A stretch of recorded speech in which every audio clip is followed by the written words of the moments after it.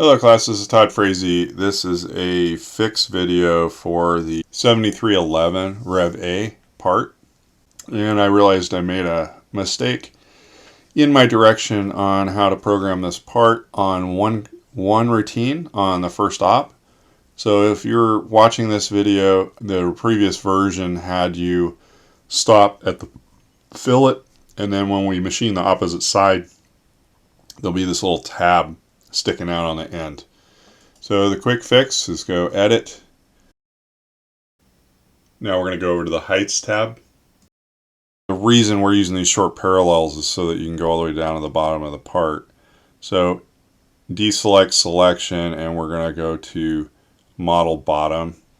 And we just need to make sure that's above the steel jaws, and we should be fine. Leave the negative 10 thou. There should be plenty of room for that. And then that should take care of that issue.